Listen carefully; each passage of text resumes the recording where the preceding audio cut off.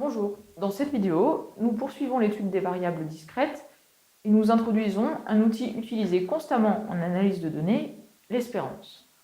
Nous verrons aussi sa version conditionnelle qui peut servir d'étape de calcul très commode. Informellement, l'espérance d'une variable aléatoire x est le résultat obtenu en moyenne lorsqu'on tire une réalisation petit x selon la loi Px. Nous allons formaliser cette idée dans le slide suivant. Nous aurons besoin pour cela de sommes sur des ensembles éventuellement infinis et nous devons d'abord préciser un point de vocabulaire. On dira qu'une variable aléatoire réelle grand X est positive si grand X est positive avec probabilité 1, c'est-à-dire si tous les xi fois px de xi sont positifs ou nuls. Un peu moins évident, on dit que grand X est sommable si la somme des valeurs absolues des valeurs possibles pondérée par les probabilités px est finie. Attention, si les termes de la somme n'étaient pas positifs, la somme n'aurait pas forcément de sens. On a le même vocabulaire pour une transformée g de x si l'ensemble x ronde est n'importe quel espace discret et si g est à valeur réelle. On pourra dire que g de x est positive si c'est vrai avec probabilité 1, ou que g est sommable si la somme pondérée des valeurs absolues des g de x est finie. Dans ces conditions, on peut définir l'espérance de x et de g de x. Rappelez-vous que l'on souhaite répondre à la question « Combien obtient-on en moyenne ?» L'idée est de prendre la moyenne des valeurs possibles, pondérée par les probabilités élémentaires de la loi de x.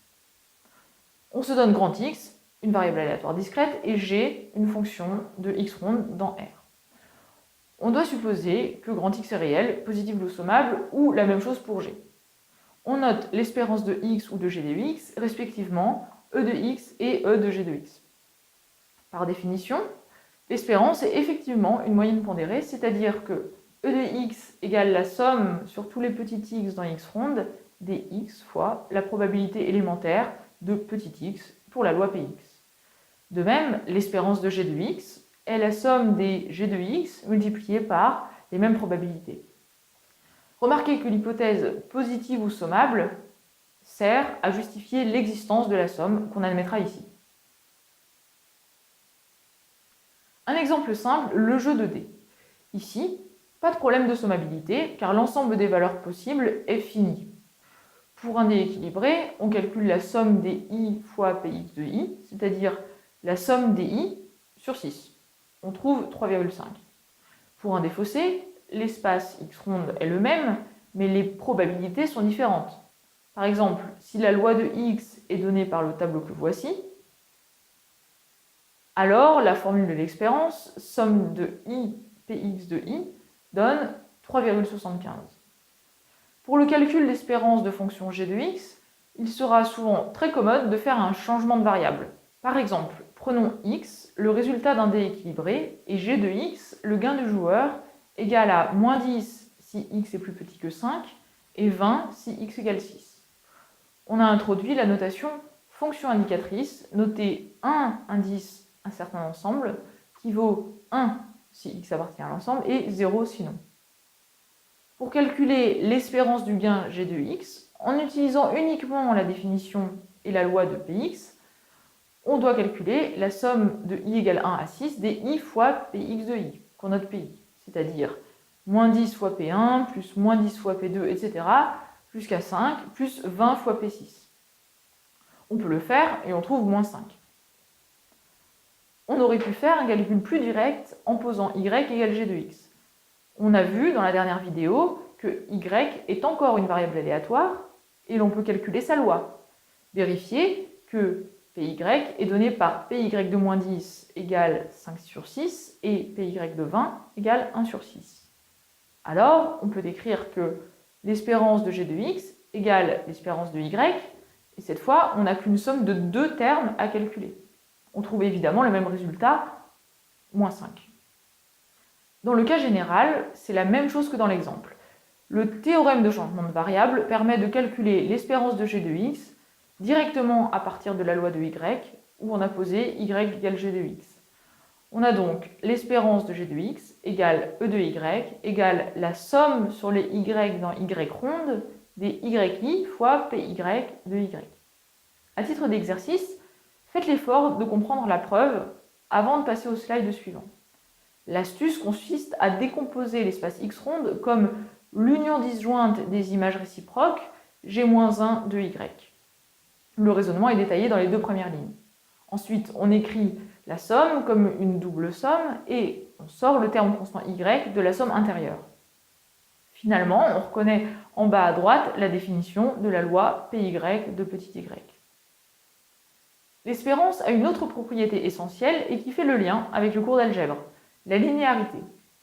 Si grand X et grand Y sont deux variables aléatoires, et si petit a et petit b sont des nombres réels, alors ax plus by est encore une variable aléatoire. Sous des hypothèses de sommabilité, elle a donc une espérance. En fait, cette espérance est très facile à calculer. L'espérance de ax plus by est égale à a fois l'espérance de x plus b fois l'espérance de y. Plus précisément, ceci est vrai si l'on suppose que x et y sont sommables, ou encore si les termes grand X, grand Y, a et b sont tous positifs.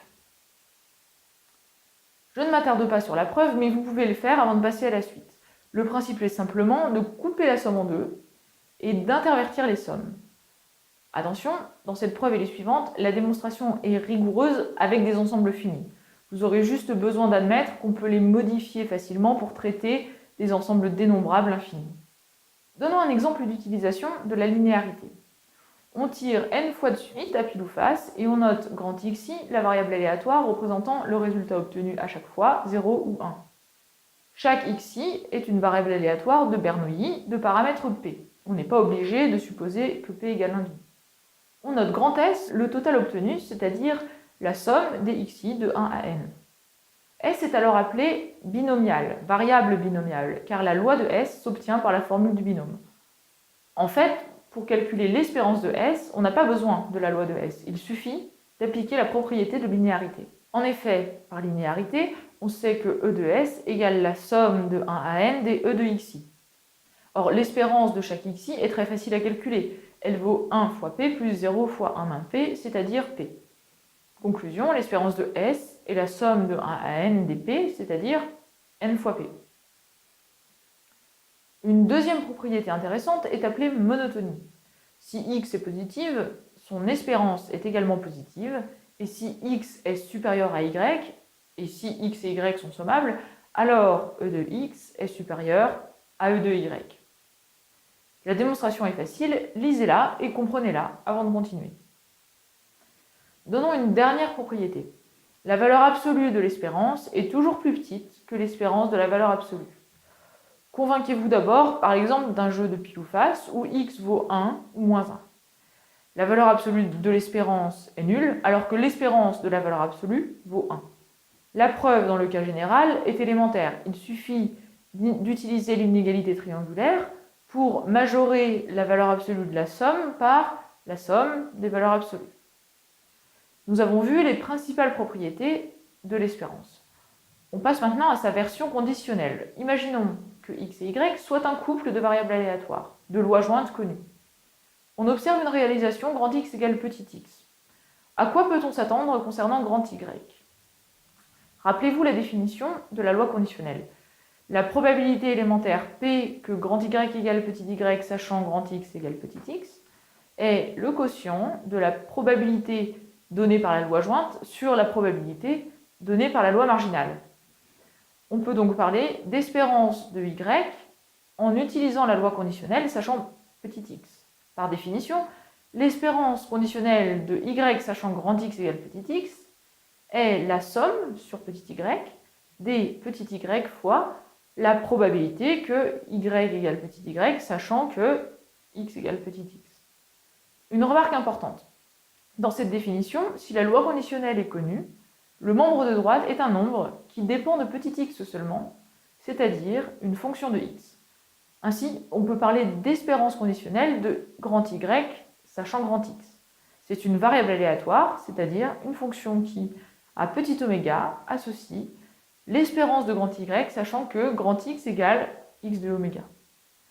On va voir tout de suite l'importance de cette remarque. Voici un exemple. Un jeu consiste à tirer une boule au hasard parmi 2 blanches et 8 noires. Si on tire une boule noire, on perd 10. Si on tire une blanche, on continue à jouer, on lance un dé et on gagne 20 fois le dé obtenu. Question. Doit-on jouer? Ou plutôt, si on joue, quelle est l'espérance du gain? Appelons grand X la valeur de la boule, 0 pour blanc, 1 pour noir. Et grand Y le gain à la fin de la partie. Sachant grand X égale 0, l'espérance du gain est moins 10. Sachant grand X égale 1, un calcul simple montre que l'espérance du gain est de 70. Intuitivement, le gain moyen s'obtient en moyennant les deux espérances conditionnelles avec des poids donnés par la loi de X. L'espérance du gain vaut donc 0,8 fois la première plus 0,2 fois la deuxième, c'est-à-dire 6. Conclusion, on a intérêt à jouer. Mais surtout, on a calculé l'espérance de Y en prenant l'espérance sous la loi Px de l'espérance conditionnelle de Y sachant X. Passons au cas général. Dans beaucoup de situations, on peut utiliser l'espérance conditionnelle comme une étape intermédiaire du calcul de l'espérance. Voici les détails. Écrivons la définition de E de Y en remplaçant Py de petit y, qui est une loi marginale du couple XY, par son expression en fonction de la loi jointe. Si vous avez un doute, revenez sur la deuxième vidéo du cours où on a établi le rapport entre la loi marginale et la loi jointe. On remplace ensuite la probabilité jointe par la probabilité conditionnelle fois la probabilité marginale. Ceci découle directement de la définition de la loi conditionnelle, qu'on a rappelé au slide précédent. Ensuite, on permute l'ordre de sommation et on sort la probabilité marginale de x, qui est un terme constant dans la deuxième somme. On reconnaît dans la deuxième somme l'expression de l'espérance de y, sachant grand X égale petit x. On a donc écrit ici la somme sur x de une fonction de x fois p de x. Autrement dit, le membre de droite est l'espérance, selon la loi de x, d'une fonction de x. Voilà, on a écrit le résultat en notant E indice x pour préciser que la sommation a lieu avec des poids px. L'espérance de y est bien l'espérance de l'espérance conditionnelle sachant x. Ceci signifie l'espérance de la fonction g de x où g de petit x égale l'espérance conditionnelle de y sachant que grand x égale petit x. Nous avons presque terminé avec les variables discrètes, il nous reste à parler d'indépendance. Ce sera pour la semaine prochaine avant de commencer les variables continues.